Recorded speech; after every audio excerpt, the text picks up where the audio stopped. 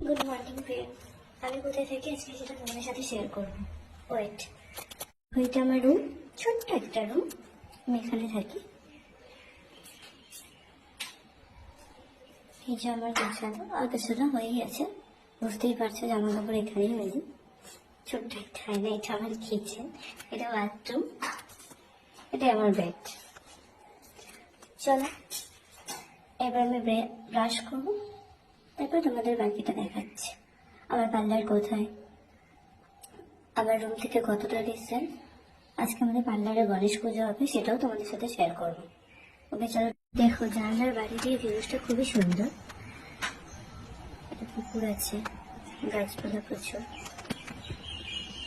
বুঝতেই পারছো দেখে খুব সুন্দর। চলো ফেসে রেডি হতে চলে এলাম, আজকে গণেশ পুজো যেহেতু, তো সেই কারণে আজকে একটু চুড়িদার করছি, জিন্স ভালো, আমরা আজকে আমি বেরোবো গাড়ি করতে হোক, তো এটা ইউজ করছি। চলো পুরো লুকটা করে নিয়ে তোমাদের সাথে ক্যামেরা আসছি। ফাইনাল লুকটা দেখিয়ে দিলাম তোমাদেরকে, কেমন লাগছে প্লিজ কমেন্ট করে দেবো।